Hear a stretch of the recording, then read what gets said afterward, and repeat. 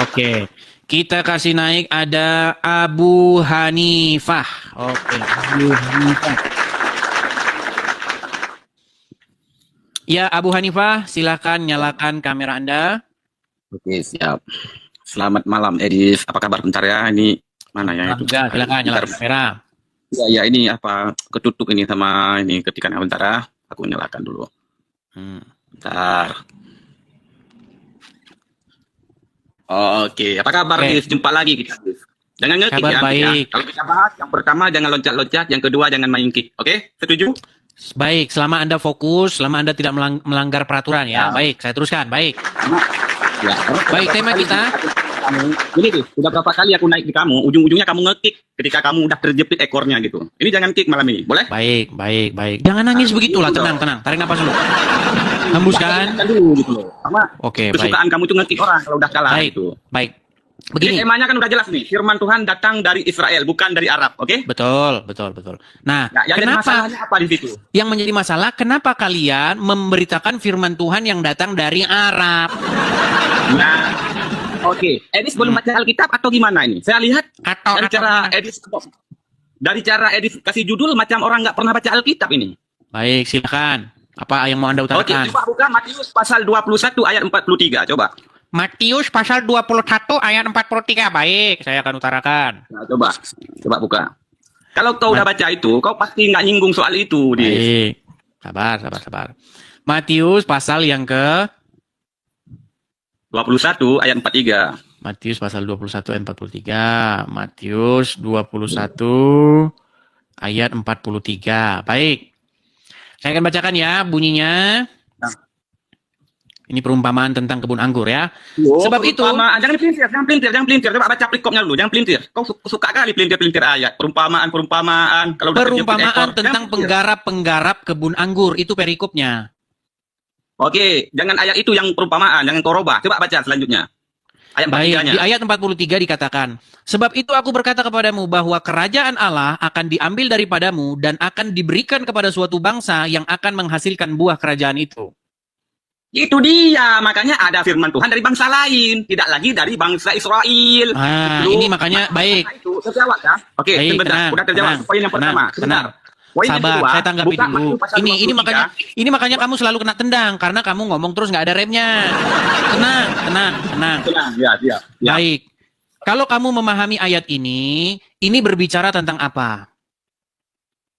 Kerajaan Allah akan bukan dicabut dari bangsa Israel. Bukan Allah. Sebentar. Ini kamu yang salah paham lagi. Jangan kau ajari, jangan ajari bebek cara berenang, Dis. Jangan kau ajari ikan berenang. Begini. Kenapa kamu selalu saya tendang dari sini? Karena kamu itu kalau ngomong tidak punya aturan.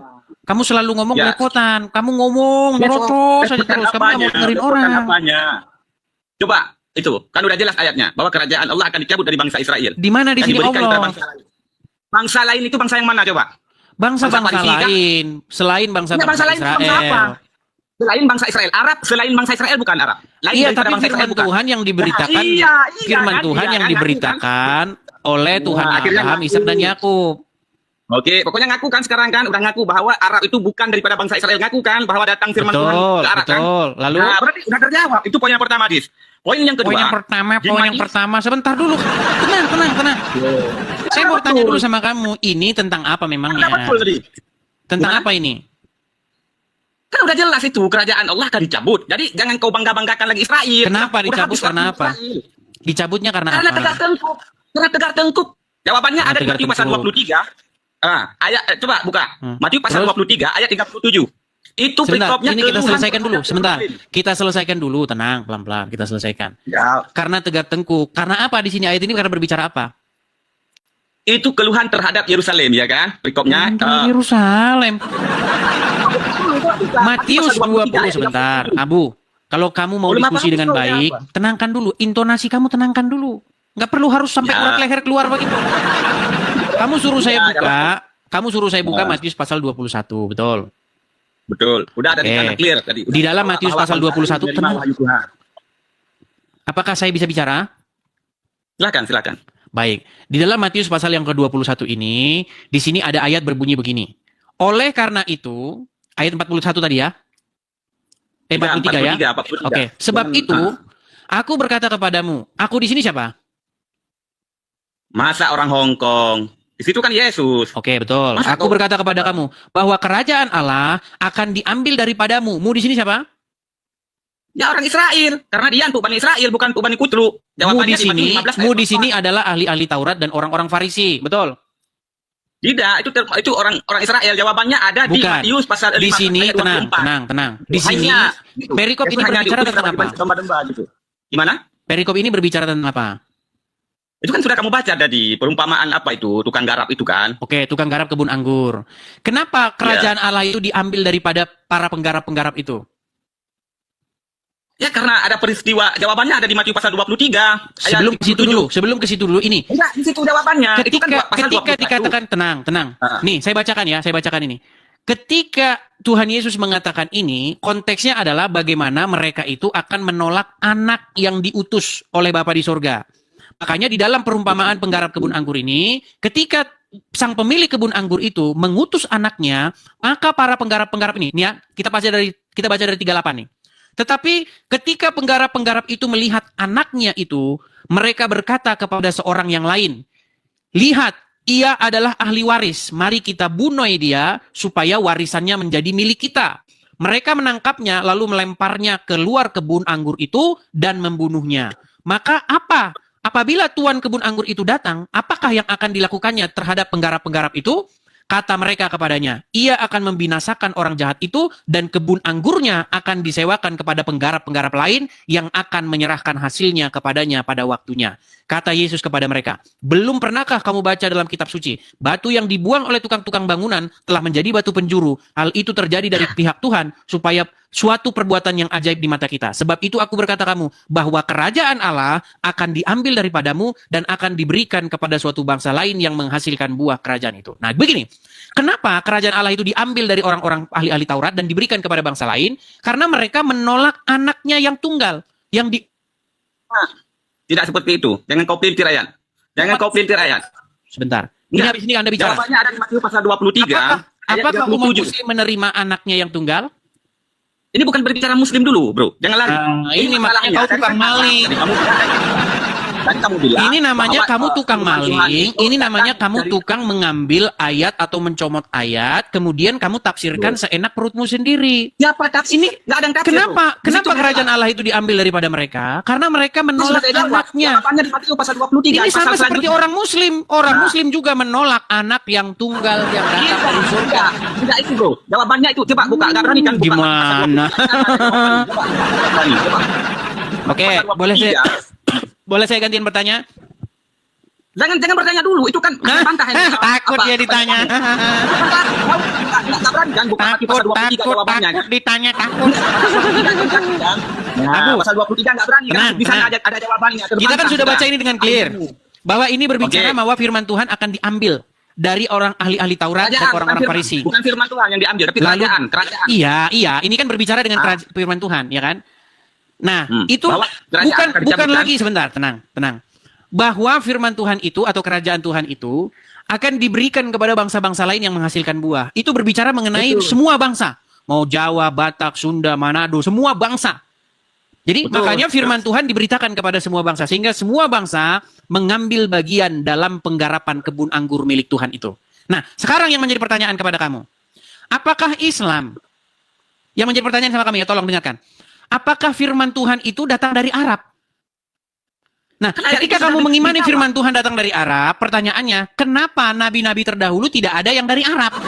Jangan. Oke, baik. Yang pertama, saya sudah membantah apa yang Edi sampaikan bahwa firman Tuhan datang dari Israel, bukan dari Arab. Sudah terbantah dengan ayat Matius pasal 20. Ini firman Tuhan datang dari mana ini? Itu firman Tuhan datang dari Israel, kan? Oke, mana firman Tuhan yang datang dari Arab? Sebentar, katamu itu bukan dari Arab. Sedangkan Yesusmu membantah bahwa kerajaannya akan dicabut daripada Israel, diberikan kepada bangsa lain. Iya, artinya dari Israel, betul? Artinya apa? Bahwa bangsa lain juga menerima firman Tuhan. Tidak hanya bangsa Israel, gitu. Setelah Yesus seperti itu. Apalagi, coba. Nah, menjadi pertanyaan saya sama kamu. Kenapa di dalam Al-Quran Tuhan tidak pernah berfirman kepada bangsa-bangsa di luar Israel? Mana dalilnya? Tuhan tidak pernah. Sebutkan. Tenang. Sebutkan ayat Oke. di dalam Al-Quran di mana Allah berfirman kepada bangsa-bangsa di luar Israel. Sebutkan satu nabi di luar Bani Israel, gitu aja. Coba sebutkan kepada saya satu ayat yang menyatakan bahwa Tuhan sendiri berkata bahwa dirinya tidak pernah berfirman kepada selain daripada Bani Israel. Silahkan. Baik, saya tunjukkan ayatnya. Baik, pertanyaan yang bagus. Baik, baik. Tuhan langsung bahwa dirinya tidak pernah berfirman kepada selain daripada Oke, bangsa Israel. baik. Silahkan. Karena kamu percaya kepada Al-Quran, maka saya akan tunjukkan ayat di dalam Al-Quran ya. Perhatikan. Oke, nanti Di dalam Quran silakan. surat Al-Ankabut ayat 27, silakan baca.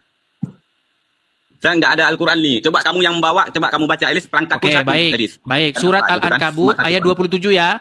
Surat Al-Ankabut Ya, ayat 27. Dan kami anugerahkan kepada Ibrahim, Ishak dan Yakub. Dan kami jadikan kenabian dan Alkitab pada keturunannya. Dan kami berikan kepadanya balasan di dunia dan sesungguhnya dia di akhirat benar-benar termasuk orang-orang yang soleh. Sekarang menjadi pertanyaan saya kepada kamu. Apakah kamu percaya dengan ayat ini? Percaya dong. Terus Oke, jadi di mana masalah di sini apa? ada kenabian dari garis keturunan Ismail? Mana? Ini tuh di mana dijelaskan bahwa tidak ada nabi dari garis Ismail. Saya Mana bacakan ayatnya yang lagi. menjelaskan? Saya bacakan lagi. Dan kami anugerahkan kepada Ibrahim, Ishak dan Yakub. Dan kami jadikan kenabian dan Alkitab kepada keturunannya. Nya siapa? Nya siapa di situ? Keturunan daripada Yakub. Pelintir ayat. Oke, Dan gini saja, dikurangi. coba kamu ambil ayat Quranmu, coba kamu buka saja ayatmu. Wah, kan Karena dipelintir kalau saya ayat. yang baca di sini percuma juga, kamu juga nggak mau baca. Kalau berbicara masalah riwayat dan silsilahnya itu terpampang besar di itu ya. Bentar aku balikan kamera. Itu terpampang besar di apakmu. Gitu. Jangan kau tipu dis. Ya bentar ya. Nih, ini jelas riwayatnya semua ini. Nah, Abu Ini Hanifah, jelas. yang saya tanya sama Ada dari kamu, mana? di mana ada satu nabi keturunan Ismail? Silakan. gimana? Siapa nabi atau siapa anak Ismail yang jadi nabi? Sebutkan satu. Ini lihat. Ini dari Ismail. Ya kan? Ismail ada ini ke bawah, ke bawah, ke bawah. Ini Ya, kila. sebutkan satu keturunan, satu anak Ismail yang jadi nabi. Ini lihat. Ayat Qurannya silakan. Kok ini berdasarkan Al-Quran juga? Ya, berdasarkan Al-Quran berapa? Al-Quran juga. Silakan. Jadi gini deh, saya cuma satu perangkat gitu kan, hafal pun enggak gitu loh. Jadi Mulai alasan. apa dia? Alasan. Apa yang kau? Ya memang satu perangkat aku dia. Abu, sebentar Abu. Oh, alasan. Kamu saya kasih kesempatan selama 1000 tahun seumur hidupmu untuk menunjukkan Apalagi? satu nabi dari keturunan Ismail berdasarkan Al-Quran. Silakan. Saya juga tantang kamu sampai Tantang. kiamat dunia tunjukkan Sebelum bahwa kamu tantang, sebutkan satu keturunan Ismail yang jadi nabi. Silakan. kan sudah saya sebutkan tadi. Kau nggak bisa lihat apa Ayat ini? Qurannya. Ini apa ini? Ini nasabnya loh. nasabnya. Ayat Quran. Ini jelas Ayat ini. Qurannya. Ismail. Ini jelas ini. Sampai ke Oke, bawah siapa ini, nama lihat. anak Ismail? Jadi, ini lihat. Ini baca Siapa? sendiri. Bacakan saja siapa? Ini baca sendiri. Kok baca Jangan aku sendiri? baca, Kan kamu ada di situ. Coba baca. Loh, ini ya. Bentar ya.